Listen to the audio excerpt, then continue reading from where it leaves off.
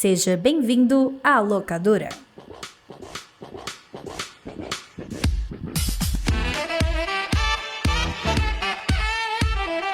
Sejam bem-vindos e bem-vindas à locadora do Nicolas, a sua investigação ordenada e sazonal do audiovisual internacional. Lembrei pela primeira vez. E foi no Flow mesmo, foi? Foi no Flow.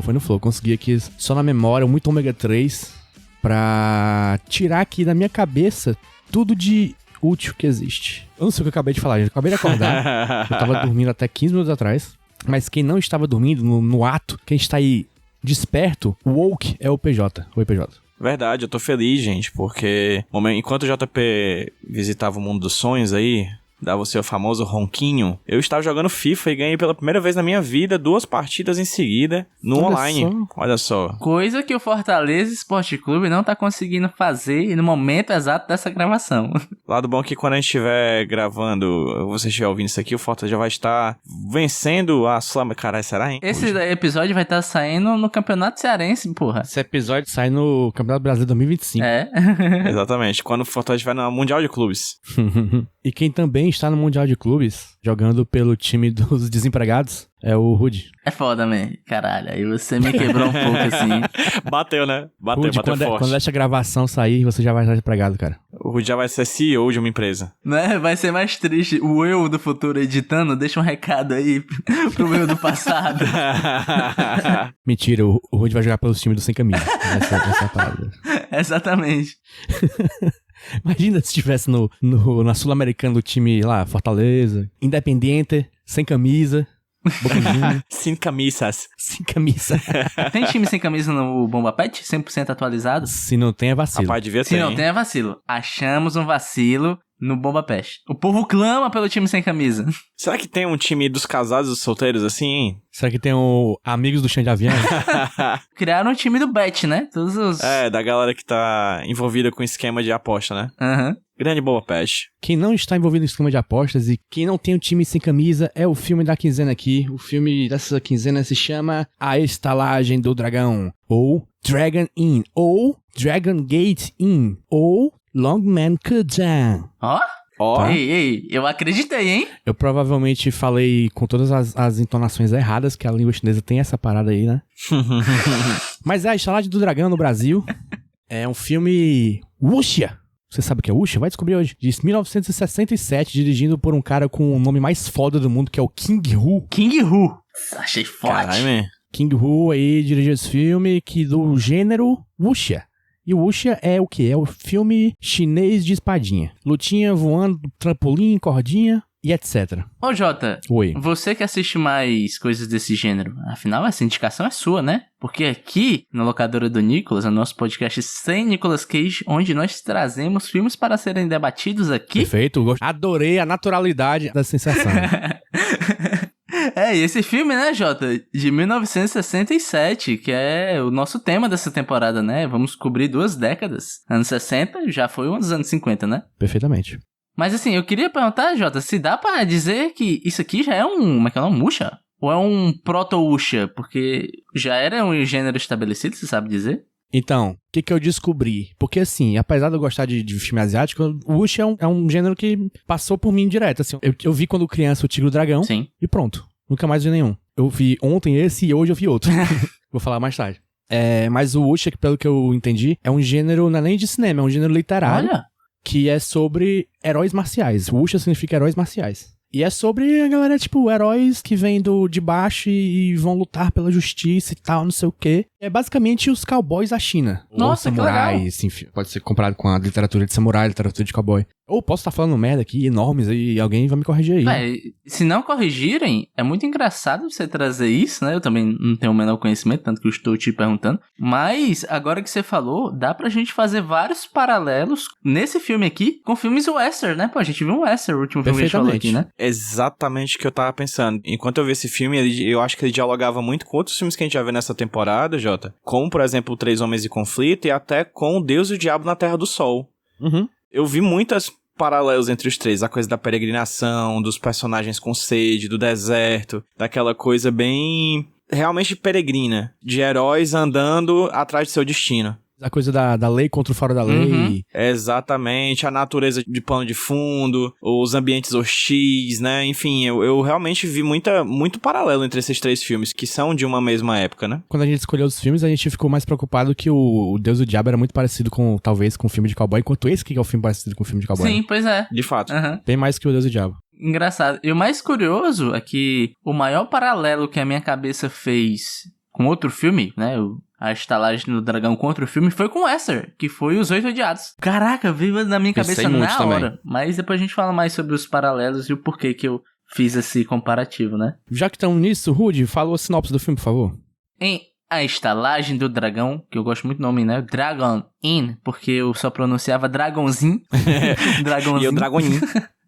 Nós temos um espadachim, um peregrino, adentra em uma estalagem já conhecida por ele, e lá ele descobre pessoas estranhas e vai se criando uma tensão dentro desse prédio, pois essa galera está a serviço do governo e eles estão atrás de capturar uma família inteira, vamos colocar assim. O pai da família foi condenado à morte. Eu acho muito legal isso que eles falam, né? Que a linhagem do cara deveria ser apagada. Esse cara acaba tropeçando nesse conflito. Eu resumiria Dragonin como o Airbnb mais perigoso de toda a China. Perfeito. Né? Porque é basicamente um cara que só quer ter um cantinho pra dormir, comer uma aguinha, tomar um cafezinho da manhã, aquele presuntinho com queijo de pão. E quando ele chega nesse local, é simplesmente um local repleto de pessoas malignas, do mal, ruim mesmo, galera ruim, atrás de matar uma família inteira. Então é basicamente isso. O resto é história. Perfeito. Literalmente é a história, né? É gente ruim e castrada, né? Porque aqui Isso. uma coisa que eu descobri ao pesquisar sobre esse filme, que é que existiam eunucos no governo chinês nessa época, que eram serviçais, servidores, trabalhadores civis no governo, que eram eunucos para não ter a tentação de criar uma dinastia. Caralho, imagina você ser servidor público e te arrancar os ovos. Pô, dado a minha situação de desemprego, eu estou pensativo. Questões. Refletindo reflexões. PJ, reflita uma reflexão sobre sua opinião geral sobre este filme. Cara, eu acho interessantíssimo. Eu realmente fiquei muito animado com essa temporada do Locadora do Nicholas, porque eu não tava esperando o que ia acontecer, que a gente vê uma cacetada de clássicos, né? A gente viu clássicos brasileiros, chineses, americanos, japoneses, e pra mim é muito impressionante, porque eu fiquei refletindo sobre o que de fato é um clássico. É aquela obra que todo mundo revisita, de certa maneira, para entender a vanguarda de um certo movimento, de um certo artista, de uma certa inovação tecnológica, de uma certa inovação narrativa.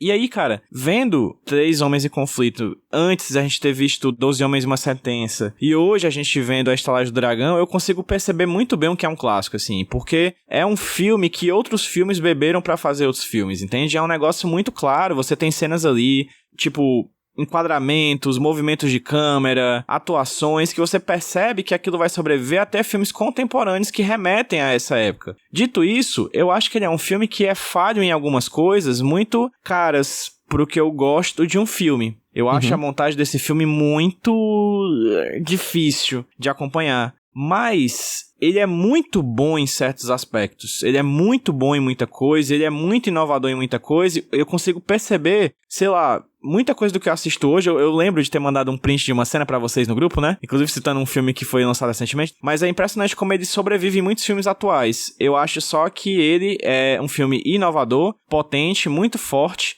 mas que tem problemas que eu acho um tanto quanto graves como cinematografia. Perfeito. Eu não sei nem se esse filme é inovador, porque, novamente, a gente não tem conhecimento sobre esse gênero, né, específico, né? A gente tá vendo aqui pela primeira vez uma coisa antiga e a gente tá achando que é inovador, pode não ser. Rudy, o que você achou?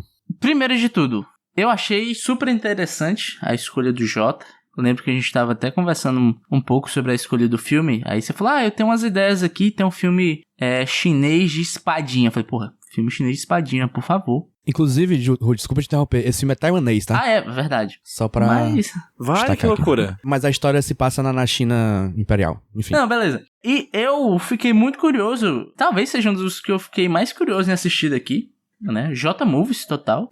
Já ficou estabelecido nesse próprio podcast. As indicações de Jota são muito apreciadas por minha pessoa. Eu coloco sempre bons olhos as indicações de JP. Então, assim, eu acho um filme interessantíssimo, bastante, tem muita coisa legal de se observar nele, assim. Que nem o PJ falou, há coisas aqui, coisas simples que ele faz e faz com primor tão legal, e é tão legal de ver essas coisas, né? É tão interessante como o filme se apresenta, principalmente visualmente e musicalmente também. Mas, apesar dele ser muito interessante de se assistir, ele não é um filme tão bom de se ver. Eu acho que não fez tanto sentido como eu falei, mas é tipo assim, ele é interessante, mas o ato de assistir ele é um pouco maçante pra mim. E o principal ponto disso pra mim é porque, diferentemente, eu acho que de todos que eu vi até aqui, ele é um filme que ele pede mais concessões em decorrência do tempo. Que nem o PJ falou, tem coisas da montagem que hoje em dia soam meio estranhas pra gente. E mais do que só a montagem, que eu até queria falar um pouco mais da montagem mais pra frente, tecnologia também. É uma história que ela caminha pra um ar mais grandioso,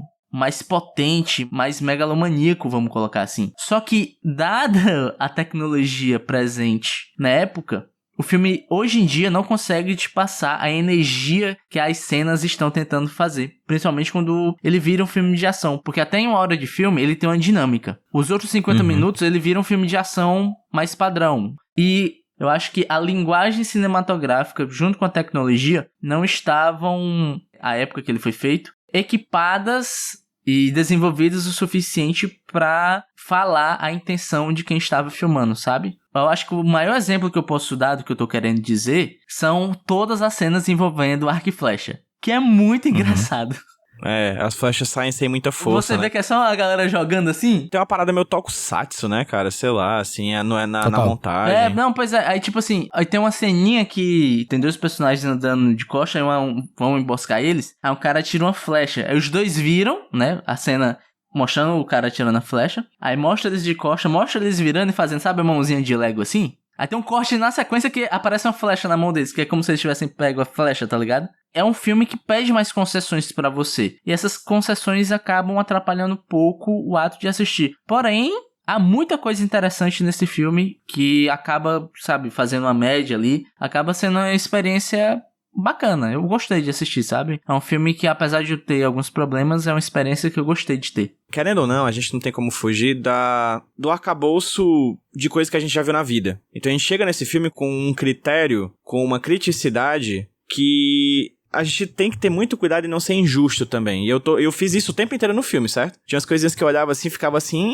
Mas eu disse, não, cara, é porque... Agora sabendo que era tailandês, era um filme feito com muitas limitações, mas eu sempre pensava que a mesma coisa que eu achava tosca do corte bruto pra dar a ideia de que o cara segurou a flecha, eu achava absurdamente genial como eles colocavam a câmera de uma forma que escondia o trampolim por trás de uma carroça e o cara pulava de cima de uma casa, tá ligado? E dava um mortal pra trás, assim. Eu achava isso tão fascinante o tempo inteiro, ao mesmo tempo que achava tosquinha as flechas, e aí em algum momento você tinha a coisa tosca. É impressionante, assim. Aí quando eu falo do tokusatsu, né? Pode parecer que eu tô tentando vincular coisa que não tem nada a ver, mas é porque eu acho que tem essa coisa mesmo de uma vontade de fazer um filme de ação, de vontade de fazer cenas de ação, que realmente, como você muito bem falou, não acompanham a tecnologia da época, nem até mesmo, talvez, o conhecimento linguístico do cinema da época. E é super engraçado, assim, porque esse filme pra mim foi um desafio de tentar esse exercício falho que todo mundo deve tentar, de que olhar com os olhos da época, que é uma coisa impossível, um horizonte a nunca se chegar, que a gente nunca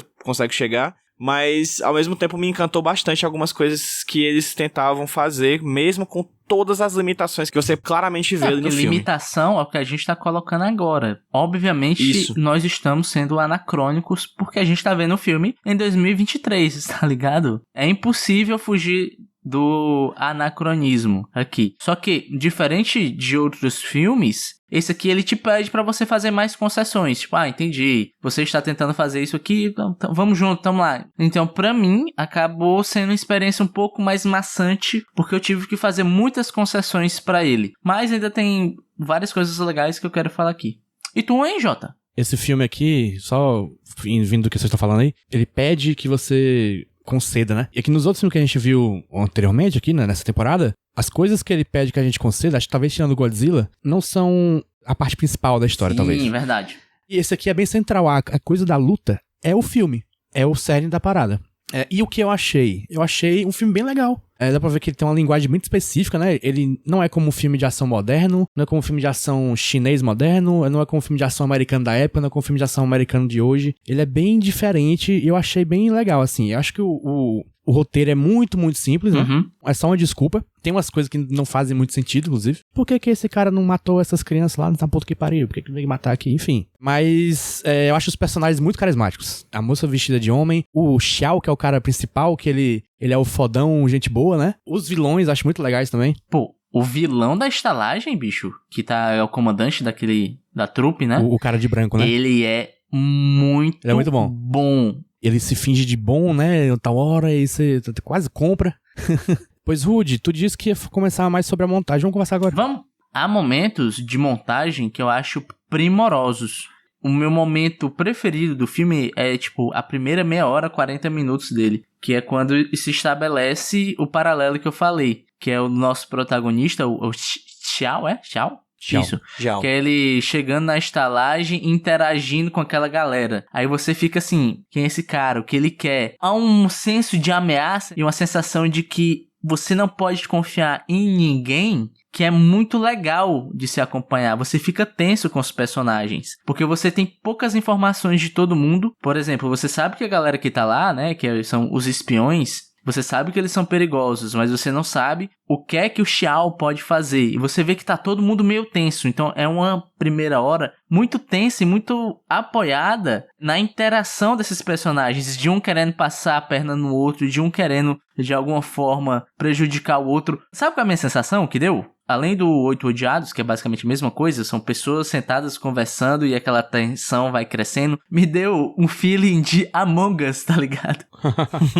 Que é que você sente que a qualquer momento alguma coisa vai acontecer. Você não sabe quem confiar. Aí tem hora que chega gente nova e aí se estabelece outra coisa. Essa galera é legal, essa galera não é legal. Então toda essa dinâmica é a minha parte preferida do filme. E eu acho que a montagem, nesse momento, ela é muito boa em de estabelecer o ambiente, que eu acho uma coisa que o PJ gosta muito, né? Boa parte do filme é só na estalagem e nos arredores dela, mas, tipo assim, tem um bom trabalho em estabelecer geograficamente como é que é a estalagem, a disposição dos personagens e etc. Eu gosto muito do casamento de montagem com música. A música desse filme é excelente. O jeito que, às vezes, parece que os personagens estão fazendo uma coreografia junto com a música. Mas eu sinto que, em alguns momentos, ela fica truncada. Alguns momentos, por causa da cena de ação, que nem a gente já falou, eu sinto que é um momento que, sabe... Vamos, gente, e aí? Corre com o filme, entende?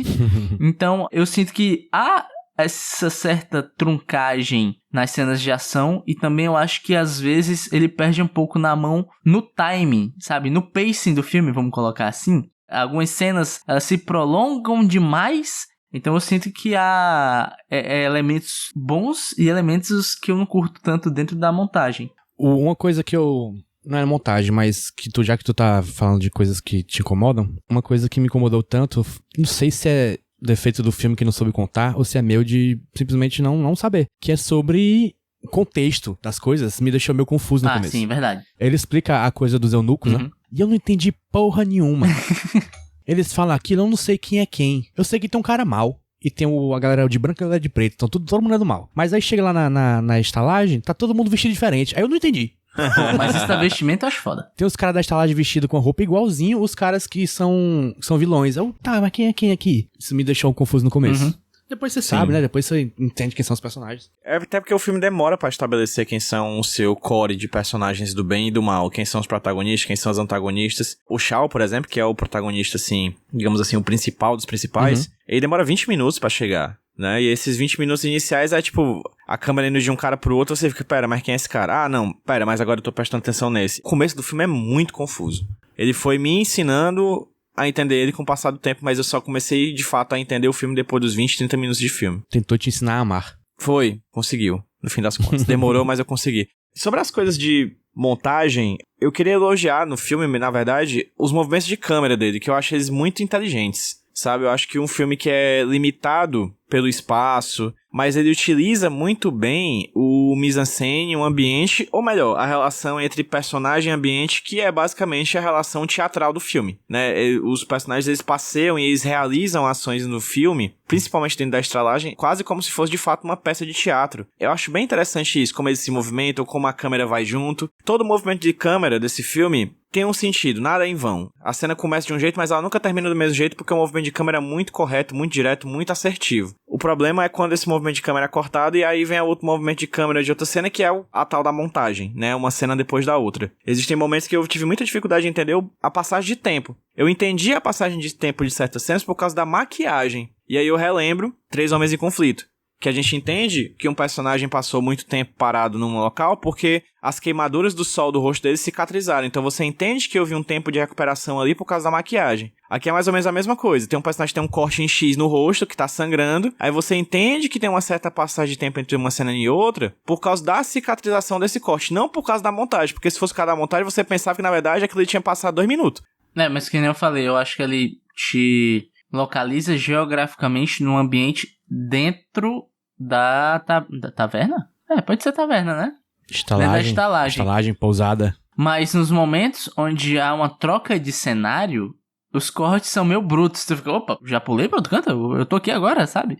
Então, às vezes dá um... Tá, agora eu tenho outro local. Então, aquele lance, aquele objetivo, sabe? Da montagem invisível, etc., que se busca tanto, aqui não existe. Até porque eu entendo, Rudy, que essas passagens de um canto pro outro, eles demoram dias pra acontecer, assim, imaginando a época, imaginando o movimento dos personagens, imaginando as coisas que estão acontecendo, e a cicatriz, ela serve meio que pra isso. Eu não entendi essa passagem de tempo que tu falou com a cicatrização significa que passou tempo. Foi a coisa que eu pensei, que eu consegui ver, assim, Jota, mas também é um detalhe. Pra mim era tudo assim, 2 dias. Pois é. Eu também acho que o filme pra mim durou, sei lá, 3 dias, sabe? Esse cara...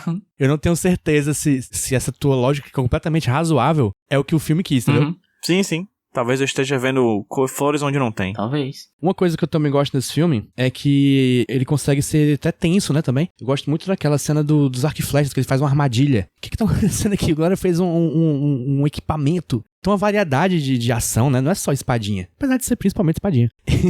E outra coisa que vocês falaram sobre flecha, se você for ver esse filme, como o Rudy falou, tem que fazer concessões, né? Eu acho que no momento que eu vi aquela situação jogada meio assim, eu entendi, é esse tipo de filme. Tenho que ver desse jeito. Minha cabeça tem que estar nesse vibe aqui, não nessa outra, entendeu? Aí eu acho que isso me fez me divertir mais, talvez, do que quem não faz isso. Tem gente que não consegue, Sim. né? Tem gente que vê assim, olha lá, mentirada. Tá vendo que essa flecha não vai pegar desse jeito? Mas é como vocês disseram, talvez não tinha tecnologia, né? Eu acho que não era nem tecnologia. Eu acho que não tinham chegado lá de algum jeito. Ninguém parou e descobriu. Se fizer assim, fica melhor. Uhum. Era só um processo que ainda estava no meio ainda, né? Quero enfatizar, vocês dois falaram, eu vou ser a terceira pessoa a falar da tensão desse filme, porque eu acho que é uma das melhores coisas no filme, porque é coisa narrativa.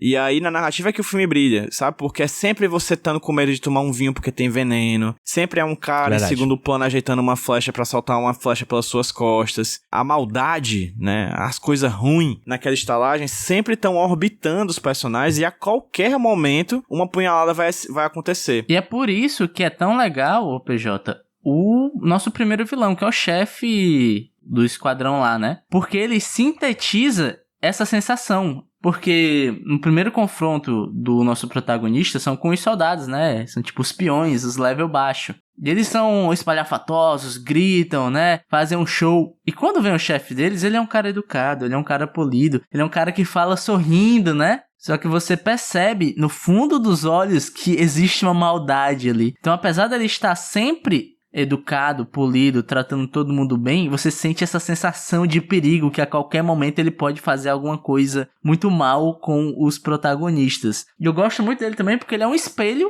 do Xiao, né? Porque uma coisa que eu queria pontuar que é muito legal são os figurinos. Os figurinos são excelentes. E eu acho legal o figurino, cara, como são coisas, entre aspas, banais, mas que é aquele detalhe que se for mal feito, você vai reparar e vai estragar a sua experiência. Nesse filme tem aquela sensação de, sabe, Yu-Gi-Oh! Quem é o protagonista do anime? Aí tem pessoas normais e o Yugi com cabelo bizarro.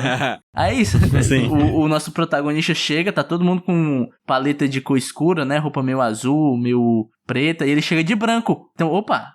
devo prestar atenção nesse cara. E é legal porque ele está de branco e o vilão com que ele interage também está de branco. Como se fosse a sua visão foca nessas duas pessoas. E rapidamente você entende que esses dois personagens, eles são antagônicos, apesar de serem parecidos. Os dois vestem roupas no mesmo tom. Os dois são educados, são polidos. E os dois também são ferozes, né? Os dois também trazem ameaça para aqueles que estão ao seu redor. Então, a roupa também tá comunicando esses personagens, além da atuação, além da fala, além do texto. Eu acho isso muito interessante.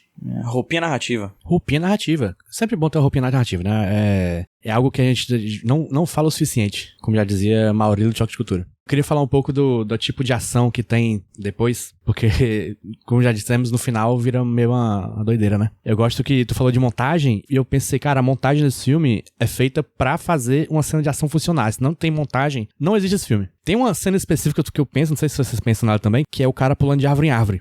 Sim. Ah, sim. É a montagem que faz a ação acontecer ali, né? Porque os caras não tinham como fazer uma pessoa pulando muito alto de uma árvore para outra. Eles fazem só com uma câmera, jogando câmera. Sim.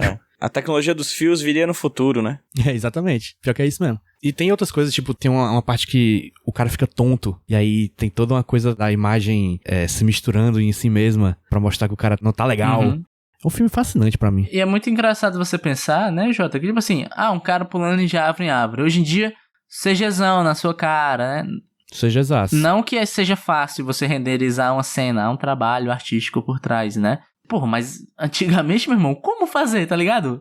Então, queira que não queira, há um valor você parabenizar a criatividade da galera na época, né? De achar soluções. É legal de ver como eles faziam tal coisa, assim. É tipo ver, não dizendo que o cara era iniciante, mas tipo ver um diretor iniciante fazendo uma coisa sem orçamento, sabe? Uhum. O cara não era iniciante, é só que talvez esse tipo de ação ainda estivesse na sua primeira fase, Sim. talvez. É literalmente o diretor dando os pulos, né? Ele dá seus Ele dá pulos, seus cara. pulos. Ele dá seus pulos. Cara, eu vivo dizendo isso em aula quando os meninos vão fazer aula de roteiro, que eu digo, cara, escrever história é achar problema pra sua vida. Porque se você não quisesse problema, você não faria narrativa, você não contaria histórias, você ficaria na sua. Só que quando você vai contar uma história em imagem, e na verdade qualquer tipo, mas em imagem principalmente, é você achando problema pra você mesmo resolver. Então é sempre isso, assim, como é que eu vou representar um personagem pulando de árvore em árvore? Tipo, você não precisa contar isso, mas você quer. Então você tá procurando bucho pra ti. Então ele vai lá e tenta resolver daquela forma. E esse filme é cheio dessas sensações, sabe? Você pode achar meio tosco, mas eu daria um nome de mambembe, assim. Eu acho que tem um quê de teatral, de realmente você achar efeitos especiais com a limitação técnica que você tem. E esse filme ele é muito criativo em certas questões. Você pode até dizer que é bom ou não é, que é mal feito ou é mal feito. Até soltar um risinho ou não. Mas pelo menos, como diria aquela frase que tem o Calvin com carinha de mal e mijando, pode rir, mas não desacredita não. Perfeito. E uma coisa legal também são os personagens, que eu já falei, né? Que é talvez uma das minhas partes preferidas. Gosto muito da... Olha o nome da atriz. Polly Shanquan Fen, que faz a moça que se disfarça de homem. Eu não peguei muito o nome dos personagens além do Xiao, porque eram nomes muito difíceis pra mim, desculpa. Ela é muito carismática, cara. Eu adorei ela. Pô, e a interação dela com o irmão dela, né? É muito boa também. E ela tem algumas das cenas de ações mais interessantes, mais legais. Também acho. Ela é foda, man. Achei os personagens bem a vibe, bem videogamezinha, sabe, Jota? Tipo Final Fantasy Tactics. Certo. Sabe, cada um tem suas classe, funções, né? Cada um é de uma classe, cada um tem suas habilidades, forças, destrezas, sabe? Tipo um RPGzinho mesmo, em que cada parte, né, cada party é formada por um grupinho diferentes entre si. Eu acho que esse filme tem muito disso, assim. Acho que é por isso que a gente lembra dos personagens, porque são personagens, tirando a bucha de canhão, né, os personagens com cabelo normal no Yu-Gi-Oh!, os personagens que são os principais de fato, cada um deles tem uma paleta de cor, cada um deles tem uma dramaticidade. Repito, lembra muito teatro, e cada ator ali tá interpretando um personagem bastante diferente um do outro, que se destacam bastante entre si. Outra coisa que lembra teatro é a maquiagem. É curioso como a maquiagem é bem destacada, né? Você claramente vê um rímel na cara do protagonista e dos outros personagens. Que eu vou estar no campo da especulação, porque eu não sou um estudioso do teatro chinês, né? Mas é algo que imageticamente a gente sempre vê retratado quando é mostrado os teatros chineses, né? E até um pouco japoneses, algo mais asiático, aqueles teatros mais de rua, que é todo mundo com a maquiagem pesada, uma música alta, as pessoas vão interpretando aquela música, e na minha cabeça, como eu tô falando, tô trabalhando no campo da especulação, a maquiagem dos personagens parecem remeter justamente ao teatro que eles faziam lá. E que outros personagens se destacam pra vocês?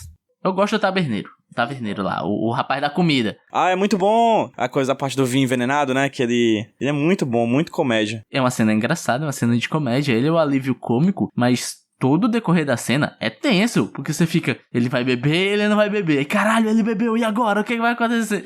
E é legal como eles vão mostrando vários personagens, alguns que passam muito pouco tempo, tem uns super elaborados, como aquele cara lá que é tipo o general da fronteira, com um super uma indumentária laranja, super chocante e tal, bonita, mas aí tá a hora de morrer super rápido. Pô, mas vou contar, isso eu acho um ponto negativo. Em tal momento, eu acho que o terço final do filme ele é muito inchado. Começam a entrar personagens novos, tem tipo uns desertores do outro exército, que eles chegam e você tem um baita tempo deles falando, né? Um diálogo até meio expositivo, além da conta. Eu sinto que isso acaba tirando o peso do último ato. Eu acho que ele fica muito inchado. Nesse último ato, além de tudo, é introduzido o real vilão, que eu acho que a gente tem pouco tempo com ele pra gente, sabe, temer ele e entender e comprar meio que o discurso dele, diferente do que a gente tem com o vilão que a gente acompanha até, sei lá, 80% do filme, que é o chefe dos bandidos lá, que a gente concordou que é um dos melhores personagens. Aí eu acho que o final acaba perdendo um pouco de força pra mim, além da montagem, porque ele começa a socar personagens novos, aí não dá tempo de desenvolver eles,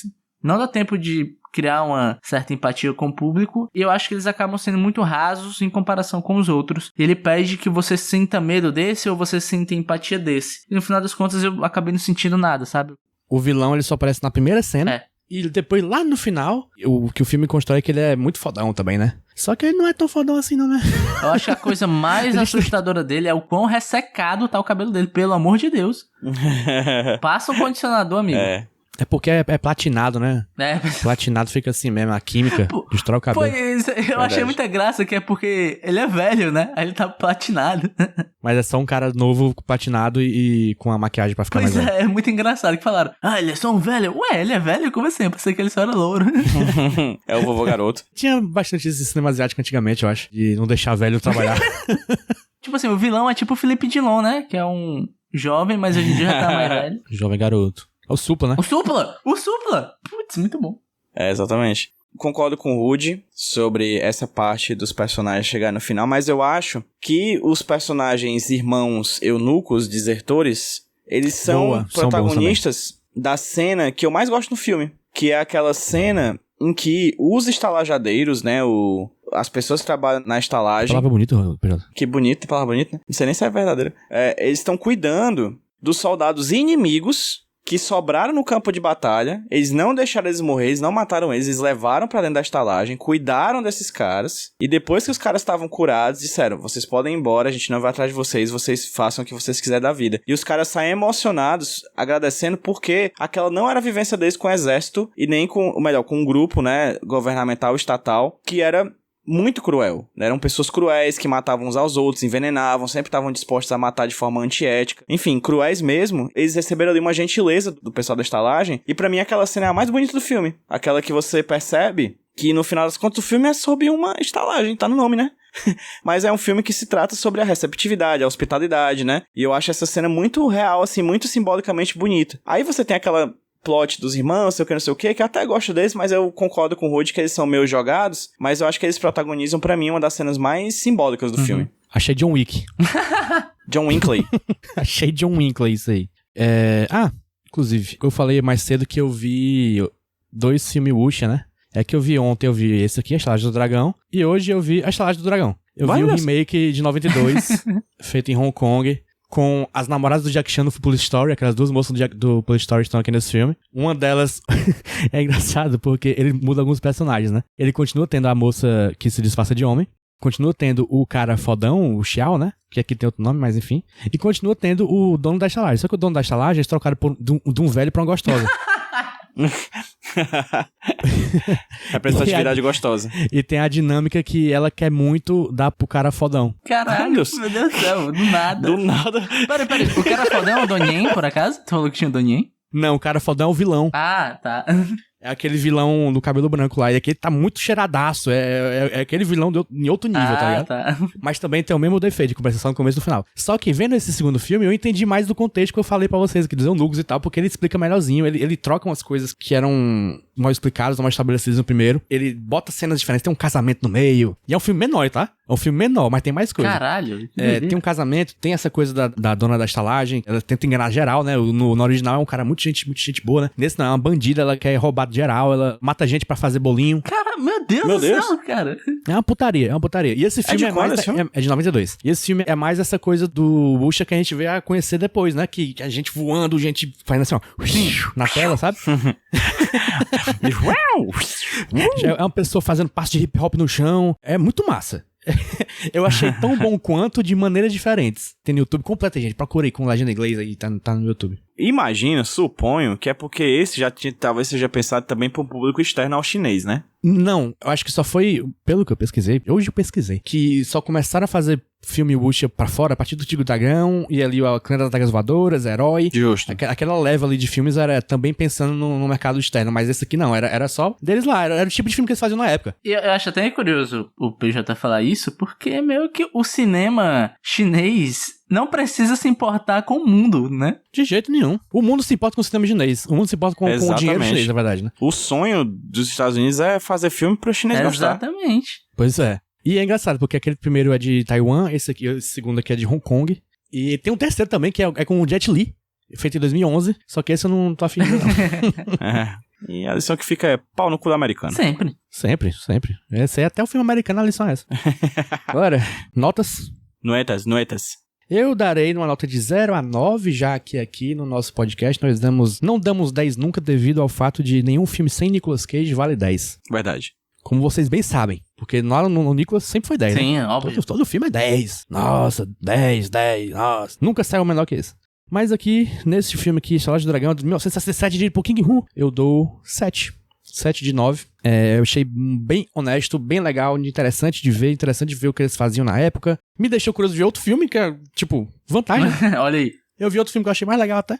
Então é isso, 7. Caiu no esquema de pirâmide, né, Jota? Viu? Aí foi. Estalagem de Dragão é esquema de pirâmide. O pior que me deixou com vontade de ver os outros filmes do King Hu, que dizem que é melhor. Olha aí. A Tocha de Zen é um que eu quero ver agora. Vem aí. Vem aí, Rude.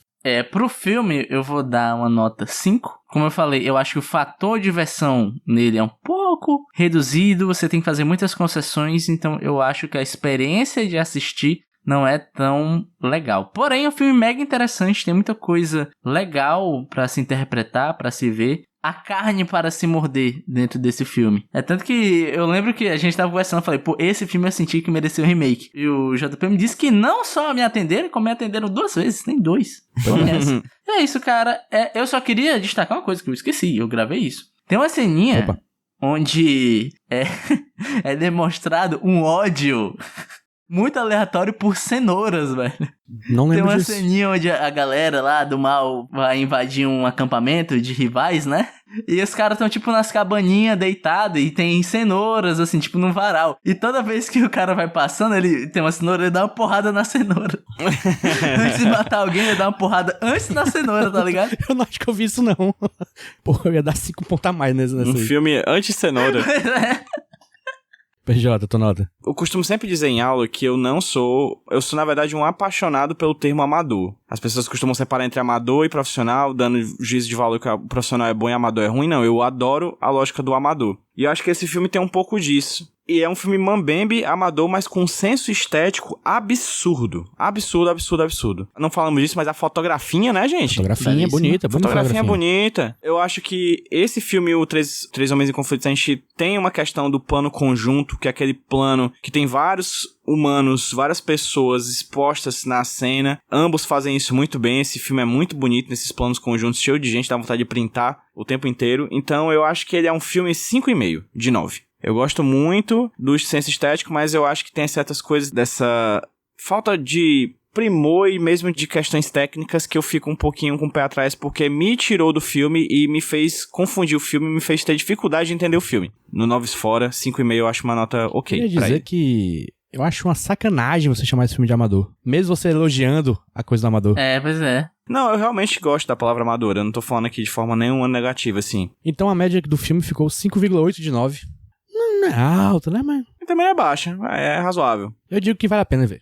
Pois é, ouvinte, você tem que entender o seguinte, a intenção aqui é que você veja o filme dessa vezada. Assista, tira suas próprias conclusões. Quando for pra não ver, você vai entender que é pra não ver. Exatamente, assista. Ó, Desde o primeiro segundo. discorde ou concorde com a gente escutando, fique andando pela rua, no ônibus, voltando do trabalho ou indo pra faculdade, brigando com a gente quando você escuta. O pessoal vai te achar maluco, mas você vai estar sendo feliz. Atravesse a cidade voando de árvore em árvore.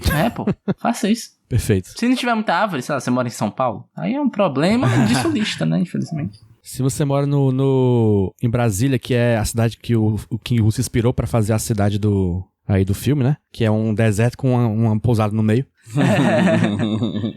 Uma pousada de pessoas com caráter duvidoso, né? Isso. Sim. Política! No meu cineminha. Gente, antes de terminarmos, tem uma coisa muito importante aqui, que é Nicolas Cage, hein? Onde é que Nicolas Cage entra aqui? Para mim, ele é o Xiao. Ele é esse cara. Não tem outro. O personagem dele de Jiu-Jitsu é uma homenagem inconsciente dele ao personagem do Xiao aqui. Pô. Só que num filme muito merda. Total. Ao contrário desse, que é bom. É naquele, como é o nome? Que é ele e o Darth Vader, pô. O Imperador. O Imperador. O Imperador. É verdade. Ele tá lá verdade. também. Será que esse filme é Wuxia, gente? A gente não Pô, sabe? será? Tá aí. Vamos reassistir? Não deixa Tá quieto. maluco? Fala, não. Deixa play aí que eu chego já, tá?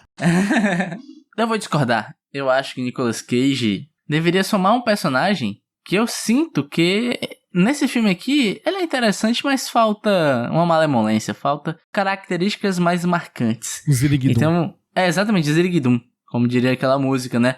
Ziriguidum, Ziriguidum. Ziriguidum. Pô, faltou no Aranha Verso, né? O Homem-Aranha do Ziriguidum. É bem no Ziriguidum. Pois é, cara. Tá faltando aí.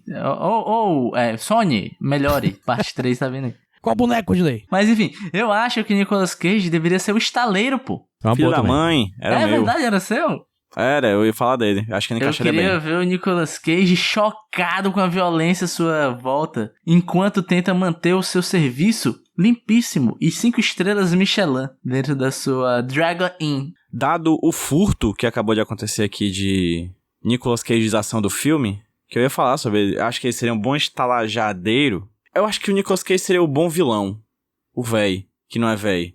Porque o Nicolas Cage é o quê? O Nicolas Cage é um ator estrangeiro. A China supostamente acha ele e a Nicole Kidman os melhores atores de todos os tempos, né? É isso. Então ele vem, aparece os primeiros 2 minutos do filme, não aparece mais, e aparece lá no final, sendo o grande vilão do filme, então acho que talvez seria legal. Ele gravaria tudo num dia só, teria que botar aquela peruca branca, desidratada, somente um dia, e depois voltaria pra casa com alguns milhões de dinheiros. É isso que o Brasil precisa, pô. O Brasil não, o Nicolas Cage, ele que precisa de dinheiro e eu também, então... O que o Brasil precisa, na verdade, é de indicações relacionadas ao filme A Estalagem do Dragão, 1967, direção King Hu. E eu quero que vocês indiquem aí, fala antes dos meus, que já tenho 2 engatilhados aqui. Eu tenho engatilhado. Faz rude. Que nem eu falo, eu sempre venho aqui, eu deixo fluir, né, cara? Eu deixo acontecer naturalmente as indicações. E durante o nosso papo aqui, eu lembrei de um filme que eu acho que é Usha. Desculpa aí a pronúncia. Isso. Usha. Que é um filme que eu lembro que eu amava de paixão, velho. É um filme de 2006 e eu tô um pouco chocado porque eu descobri que o diretor desse filme é o mesmo diretor de A Noiva do Chuck e Fred vs Jason. Nossa senhora. É o Ronnie Yu. E o filme que eu tô falando é O Mestre das Armas. O Mestre das Armas é um clássico, né, cara, esse filme. Pois é, bicho. Sempre confundia com o Senhor das Armas. Pois é, eu também.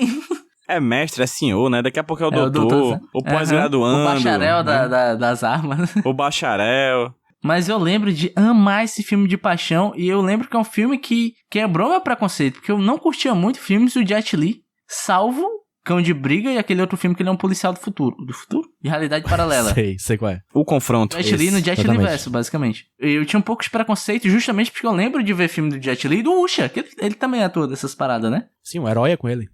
Pois é. E ele tá com aquele visual clássico, que é cabelo raspado e só a trança e tal. Eu não curti, eu achava meio chato. E esse filme eu amei de paixão. Agora, vendo esse trabalho de diretor, eu não sei se eu tô errado. Mas é isso. O Mestre das Armas. Reassistam por mim e me deem notícias se é bom ou se é ruim. Caraca, esse diretor, Rudy, dirigiu Guerreiros da Virtude. Sabe qual é Guerreiros da Virtude? É o filme dos cangurus que moram no esgoto. Caralho, sério? Esse é o Usha. Esse é o Usha. Esse é tipo Tartarugas Ninja com canguru. Cara, mas esse cara ganhou muito dinheiro, né, velho? Bicho, eu amava esse filme. Eu amava esse filme. Caralho! Eu tô um pouco chocado, velho. PJ, quais são as indicações? Cara, a gente vai de clássico, né? Estamos só engatando clássicos aqui. Eu vou indicar clássico. Jota, depois que um gênero cinematográfico se estabelece, o que é que as pessoas fazem de filme com esse gênero? Fazem comédia, né? Elas frescam com o gênero. Ah, PJ. Então eu vou indicar dois filmes. Dois filmes que eu amo. Aí foi no fácil e no efetivo. Stephen Chow, Kung Fusão e Kung Fu Futebol Clube. Dois filmes que eu adoro, bicho, eu adoro. Kung Fusão é um negócio assim que de vez em quando eu vou no YouTube ver cena. Porque eu acho ele uma loucura fantástica, sabe? Belíssima, belíssima. Kung Fusão, um filme de comédia, inspirado toda essa imagética, essa mitologia dos filmes de luta chinês. E Kung Fu Futebol Clube é a mesma coisa, só que aplicada também a essa paixão nacional, que é o famoso futebol, né? Então são dois filmes que eu acho excelentes, cara. Real, bem divertidos. Diversão garantida pra toda a família. Kung Fusão, inclusive, um dos meus filmes favoritos da minha vida. É muito bom. A palma da mão budista é fantástica. Foda. Nossa, a ação desse filme é maravilhosa, cara. É do caralho, apesar de ser um filme de comédia, muito boa. Tem uma ação fodida. Mas o que eu ia dizer é que eu tinha, quando eu era criança, uma cópia de Winning Eleven, sei lá qual, com uma narração em português, feita claramente no quarto de alguém. Que a introdução, tinha um videozinho de introdução, era uma música de, sei lá, hardcore, e começava com cenas de briga de futebol. Tipo, o Romário, Edmundo... e também umas cenas bem nada a ver, tipo aquele goleiro fazendo a defesa do escorpião, tá ligado? E aí, tal hora, o vídeo virava só uma compilação de cenas com o Futebol Clube. Fiquei chateado quando eu fui lá play no jogo e não tinha como dar um chute, uma voadora no Sony, por favor, faça um futebol de Kung Fu. Fala com o Stephen Chow, ele já tem todos os caminhos das pedras pro sucesso. EA, perdeu a licença do FIFA, EA. Bora, compra essa licença agora? aí. Shaolin Soccer. Bom demais, bom demais. E eu já falei das minhas indicações aqui. Eu estava aqui o tempo todo, só você não viu. Eu vou indicar o New Dragon Inn, que é o remake, que eu assisti, achei muito massa, de verdade. Está no YouTube completinho com legenda em inglês. Infelizmente não tem português. Eu sou doido, talvez em algum momento eu traduza a legenda em inglês pro português, porque eu gosto de fazer essas coisas de vez em quando, fazer essa bondade para você. Não é bondade não, Jota. E o nome disso é acessibilidade. E você está preservando a arte. Você é o Martin Scorsese do Parque dos Irmãos. Inclusive, talvez eu precise traduzir o desse filme agora, porque ele não tem legenda em português. Então, talvez eu disponibilize lá pro nosso grupo de ouvintes. Aí, fansub JP, assim, imagina aquelas que aparecem no comecinho do filme, né? J subtitles, né, pô? Subtitles JP. Pô, tô tentando fazer uma trocadilho com Insanos, mas não tá dando certo, não. Mas, enfim, o nome dele é New Dragon Inn, ou New Dragon Gate Inn, ou só Dragon Inn. É só botar 92 no final, o que você acha. Muito bom. E o outro filme é Os Oito Odiados, que imediatamente eu lembrei dele, quando tem a coisa da pousada num lugar isolado, que tem várias pessoas ali no meio que talvez não se gostem, e tem gente escondida em algum momento.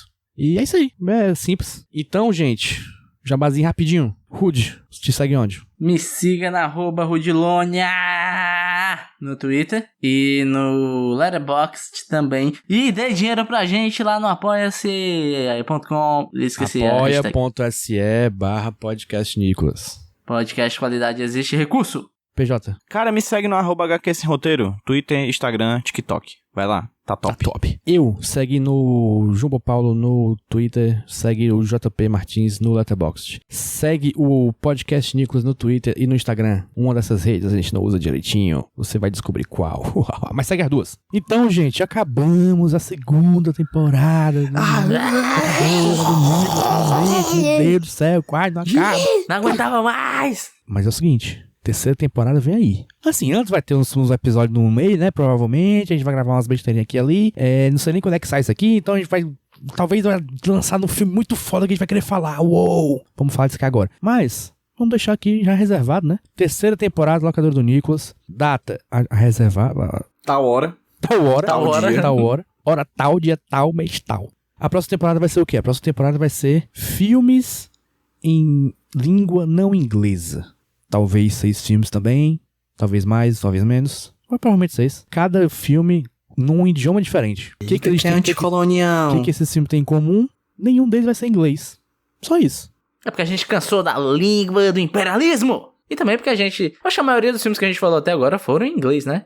A grande maioria foi filme inglês, então que tal dar uma variada? Apesar de já termos falado aqui de filme francês, filme japonês, filme chinês. Sim. Mas, né? Brasileiro. Mas vamos variar mais ainda, né? Que tal? Não faz mal. Você, nerdola, que só vê filme de herói, vamos ver um filme diferente aqui com a gente, pô. Eu também sou um nerdola que só vê filme de herói. Vamos agradar papai escocese. Mas é o seguinte, aí, quais são os filmes? Não sei. Mas o primeiro tá decidido na cabeça do Rudy, ele vai anunciar agora pra gente, em primeira mão, detalhes da sua cabeça. Vai, Rudy. É uma indicação muito difícil pra mim, o filme que eu escolhi, porque é um filme que eu lembro de amar, assim, de um jeito que vocês não têm noção do quanto eu gosto desse filme e do quanto a experiência de assistir esse filme foi uma maluquice pra mim, né? Eu vou falar mais quando o episódio sair, obviamente, mas é muito difícil indicar, porque o que eu queria de verdade indicar era as pessoas terem a sensação que eu tive ao assistir esse filme pela primeira vez. Que é impossível, né? Pois eu sou única e absoluta. Mas enfim, a gente vai falar sobre A Criada, The Handmaiden. Puta que pariu! Um dos meus filmes favoritos da vida, Rude que são o Movie. mais favorito. O primeiro Rude Movie primordial que me fez abrir os olhos para o cinema coreano e pensar, meu Deus, cinema, drop the mic, né? Tipo, Scorsese em preto e branco, that's cinema. É isso, e lembrando da dinâmica, como a gente vai falar de um filme coreano, o próximo filme vai ser de outro canto que você vai descobrir no futuro. Se vira aí, no futuro você sabe. Te vira, vagabundo. Então, próximo episódio, Deus sabe lá quando, A Criada. Depois, a gente te avisa. Relaxa. Não fique nervoso. Se acalme, se acalme. Tchau! Adeus. Adieu.